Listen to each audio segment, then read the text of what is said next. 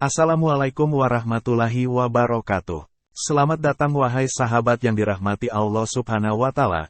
Saya doakan, semoga diberi keselamatan dunia dan akhirat untuk kita semua.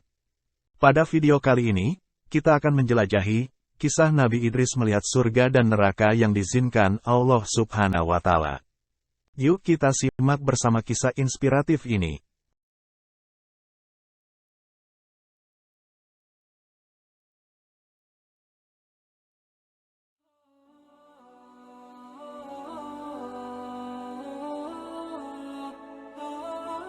Kisah Ibro, pelajaran ini diceritakan dalam Al-Quran Surah Al-Araf, 175-177.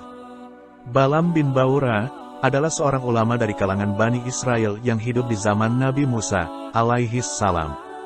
Beliau dikaruniai ilmu, nama-nama Allah Subhanahu wa Ta'ala yang mulia, Ism Al-Adzam, dan berbagai kelebihan lainnya sehingga setiap doanya selalu Allah Subhanahu wa Ta'ala ijabah.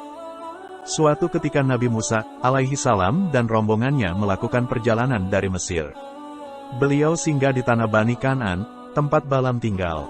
Melihat kedatangan Nabi Musa, alaihi salam bersama orang-orang saleh lainnya, penguasa dan beberapa orang pemuka kabilah merasa terancam kedudukannya.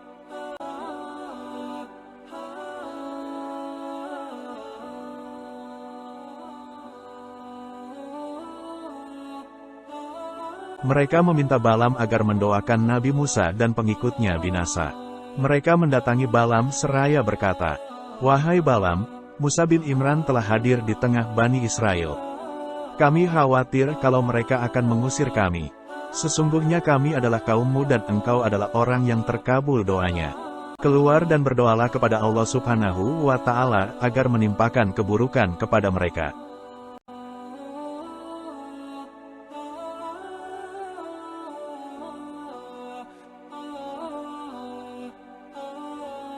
Pada awalnya Balaam menolak.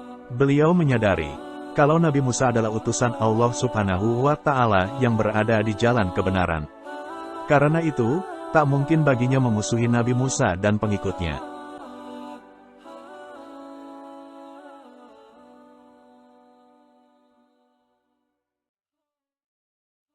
Balaam berkata, "Celakalah kalian, Nabi Allah itu dijaga oleh para malaikat dan orang-orang beriman.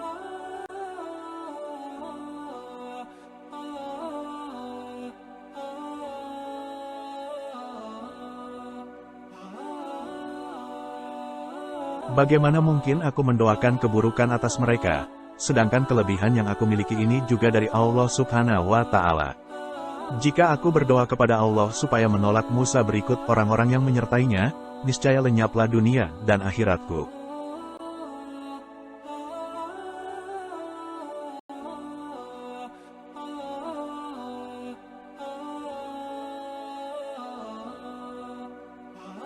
Tetapi, karena dahsyatnya bujuk rayu sang PENGWASAREZIM yang akan memberikan harta dan kedudukan padanya, istrinya pun goyah dan meminta agar Balaam menerima tawaran tersebut.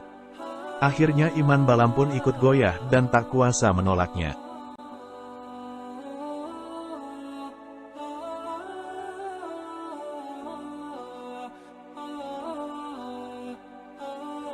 Akhirnya Balaam bin Baura pun bergabung bersama penguasa zalim. Sehingga Allah Subhanahu wa Ta'ala mencabut semua kemuliaan yang ada padanya. Balaam kemudian menaiki keledainya menuju Bukit Hasben.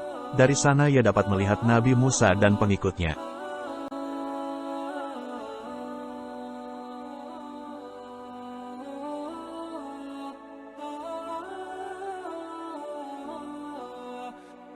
Baru berjalan beberapa langkah, keledainya pun menderum, tak mau jalan. Balaam pun turun dan memukulnya. Awalnya keledai itu tak mau jalan. Tetapi karena dipukul keras, keledai itu pun berdiri.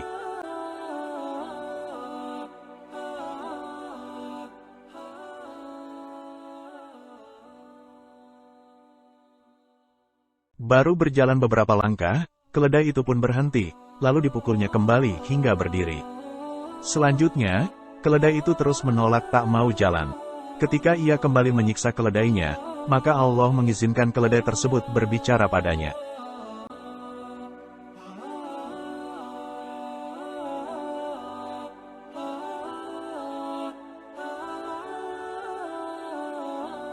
Keledai itu berkata, "Celaka engkau, wahai Balaam. Kemana engkau hendak pergi? Tidakkah engkau melihat para malaikat di hadapanku menolak? Apakah engkau hendak pergi kepada Nabi Allah dan kaum mukminin untuk mendoakan keburukan kepada mereka?"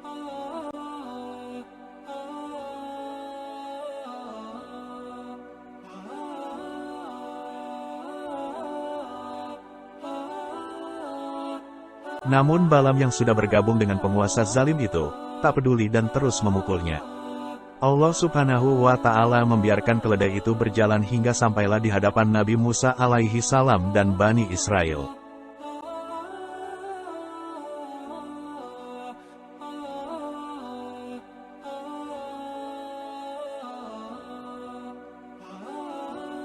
Kemudian Balaam pun mulai mendoakan keburukan kepada Nabi Musa alaihi salam dan para pengikutnya.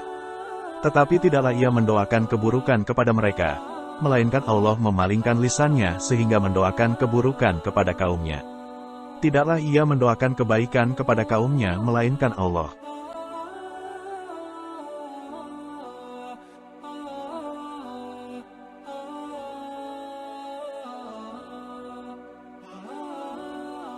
Memalingkan lisannya sehingga mendoakan kebaikan kepada Nabi Musa dan Bani Israel.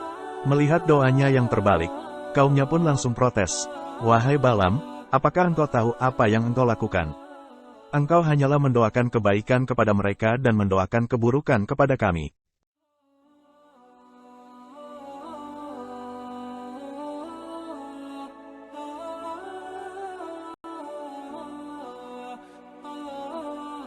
Ia menjawab, "Inilah yang tidak aku kuasai.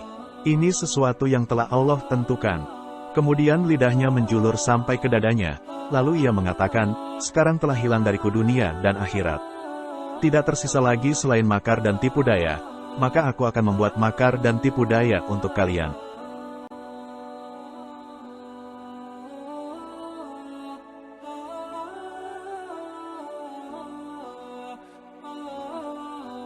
Allah menurunkan berbagai macam bencana serta penyakit menular yang menewaskan lebih dari 70.000 orang dan menjadikan lidah Balaam menjulur seperti seekor anjing. Begitulah kemurkaan Allah Subhanahu wa Ta'ala terhadap penguasa zalim dan ulama yang rela menjual agamanya demi harta dan kedudukannya.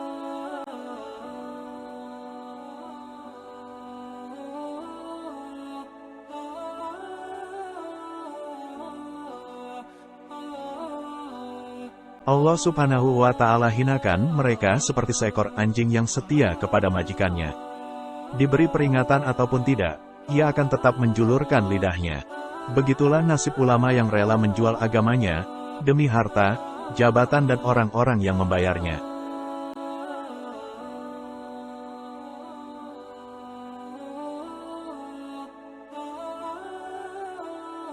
Alhamdulillah, dengan rasa syukur kita bisa bersama-sama di video ini. Semoga apa yang disampaikan dalam video ini, Kiai Haji Muchtar Tabrani rahimahullah, jangan takut untuk gelorakan kebenaran, al-haq walaupun itu pahit dan beresiko, tetaplah suarakan kebenaran dimanapun berada.